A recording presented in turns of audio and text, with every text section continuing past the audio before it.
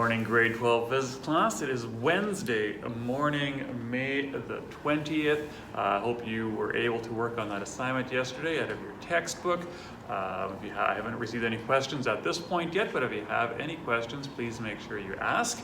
As we get going today, we'll start with our verse of the day today, and then I'll tell you what today is going to look like and what the rest of the week is going to look like.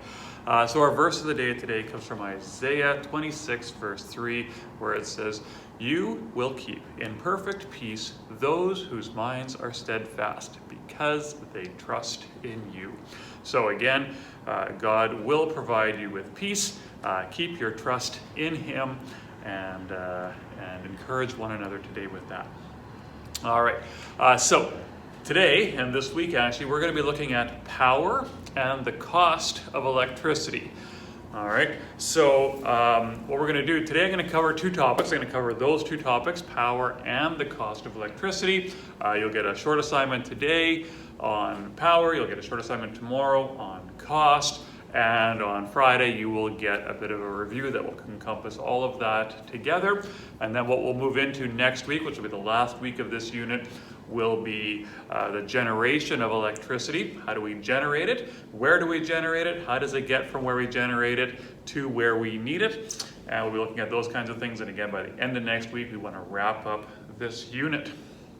All right, so let's talk a little bit about power. So power is defined as the rate at which energy is used. So previously, we had come up with a formula for energy. As current flows through a circuit and goes through resistors, the energy is used up, right? The potential difference from the source goes around as it goes through a resistor, it gets used up. Power is the rate at which it gets used.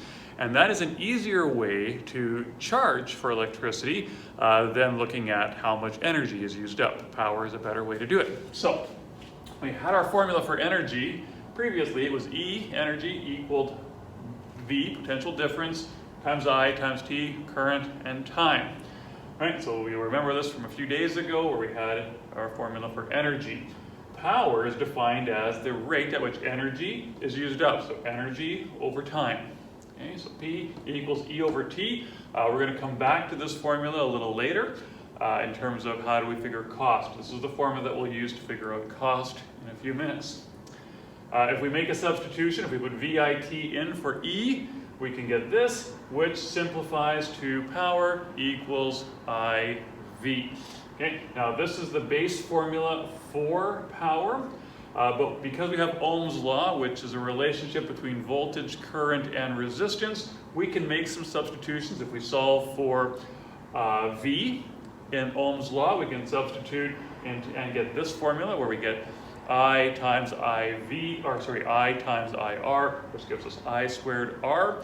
And if we solve for I, we can again make a substitution and get P equals V squared over R. So now we have three formulas for power, depending on whether you're given current and potential difference, current and resistance, or potential difference and resistance. And sometimes you'll know various different pieces of information for what you need to do. And so in order to calculate the cost, which we'll do in a minute, you need to know how much power is being used, okay? Well, how much energy is being used in a certain amount of time. And then we'll talk about how we find the cost of that. One quick thing, power is measured in watts, and a watt is defined as 1 joule of energy being used up per second. So a watt is a joule per second. Now another thing to keep in mind is a joule is a fairly small unit, and so when we move over to finding cost, we'll still use joules, but we're actually going to convert things into kilowatts just to make the numbers a bit larger to work with, easier to work with in kilowatts, and electric companies charge per kilowatt hour. Now, one other thing about power is electrical devices in your home all have a requirement to tell you what the power usage is. And so I've got a few items here. Here I've got a fan. This is the fan that sits in my classroom. Every electrical device has a little sticker on it somewhere. It's required by CSA, the Canadian Standards Association, and on the back it'll tell you somewhere how much power. So you can't see this, but right here it says this fan uses 50 watts of power. All right, so I know that. If I plug this in for a certain amount of time, I can figure out how much it will cost to run this fan. All right, I have a couple other things here. I've got a hot plate. Okay, elements use considerably more power. This one sticker is right here on the back, and it says this hot plate has 1,000 watt power rating. So the fan was 50. This is 1,000 watts. But again, it makes more sense. It makes sense because this heating element has to get hot. A lot more resistance in here. A lot more energy being used up as the current flows through it. One more item I have here, just so you know, it's not just stuff you find around your home. This is a microscope. Again, here's a sticker on the back of this microscope. This microscope uses, well, it depends what you're doing, which lamp you have on, but it's either 10 or 20 watts. So again, very small amount of watts for something like this. And then of course you have light bulbs, right, which are rated by their watts. You have 100 watt light bulbs, you have 50 watt light bulbs. If you're buying LEDs, they're typically in like single digit watts, 8, 9 watts. Your compact fluorescents are somewhere in that range as well, 12, 14 watts. And so you can see that they can be more energy efficient based on the light bulbs that you're using. Okay, and that means less cost as well. All right, let's move to the other board and let's talk about cost for a minute. So, as we look at cost, okay, now cost, again, we're looking at charging for the amount of power that is used in an amount of time, amount of energy. Okay, so we had that formula on the other board that was power equaled energy over time, right? Power was the amount of energy used up in a certain amount of time. We're simply going to rearrange this into energy equals power times time. All right, we're going to put power in kilowatts just to make the numbers a little bit nicer to work with, and we're going to put the time in hours, because when we run electrical appliances, to measure that in seconds gives us some really big numbers, right? Because say you're running your stove for 3 hours to cook that Christmas turkey. Actually, your turkey would be more than 3 hours even. Or if you were sitting down to watch a movie, 2.5 hour, 3 hour movie, right? You don't want to put those time numbers in seconds. Or if you have a yard light that you're running overnight, right? You don't want to have that time in seconds in order to calculate the amount of energy that's being used. So we're going to put time in hours. All right, and then electric companies charge per kilowatt hour. Okay, so what you do here is when you calculate the energy, it's going to be in kilowatt hours because you're going to be in kilowatts and hours, and then there's a charge for each kilowatt hour that's used. Manitoba Hydro, for example, charges 8.74 cents per kilowatt hour. All right, so, and then just so you can see how this works, we're going to do an example on the other board. We're going to calculate power, and we're going to calculate the cost of something. So let's go back to the other board, and we'll do an example, and then I'll tell you what you're going to work on.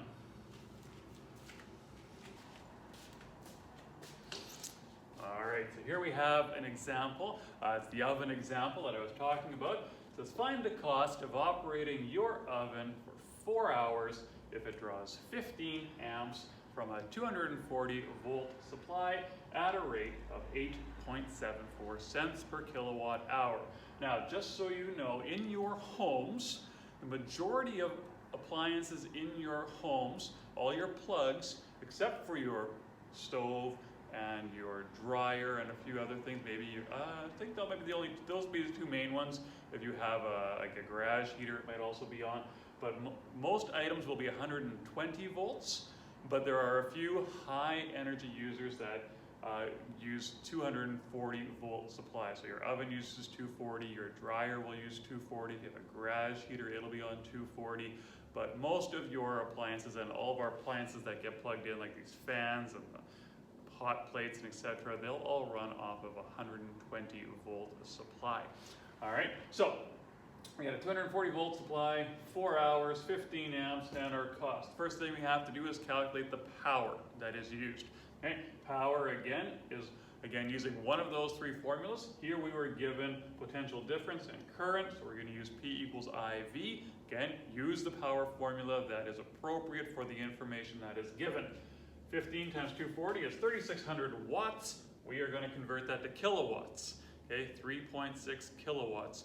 There are 1,000 watts in a kilowatt, just like there are 1,000 meters in a kilometer. Okay, all right, so then once we have our kilowatts, we're going to calculate the energy that is used. Energy is power times time. 3.6 times 4, 14.4 kilowatt hours.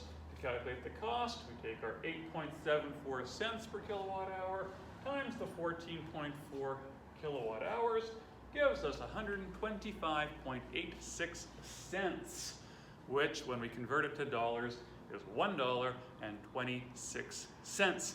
So to run your oven for 4 hours costs you $1.26. And that's a fairly high appliance, right? Using 3,600 volts, or sorry, 3,600 watts. That's higher than any of these appliances that we had here. And so those would be even cheaper to run. So the cost of electricity is not actually that high. Where it comes into being high cost is when you're running lots of things for lots of hours, and then your energy price, your cost goes up. All right, so I'm going to give you an assignment today on power. Probably also include the assignment on cost right away, but typically that will be for tomorrow. And then come Friday, I'm going to give you another sort of assignment that will bring this all together, from circuit analysis to power to cost. And we'll wrap up this section of this unit by Friday. And then next week we'll start on another section, the last section of this, which is how do we generate electricity and get it to where we need it. All right, so this is probably the only video you'll see this week, unless there are questions that you ask, and I decide to cover them in a future video. So hope everything makes sense. If you have questions, make sure you email me or ask your questions, and we'll see you again soon.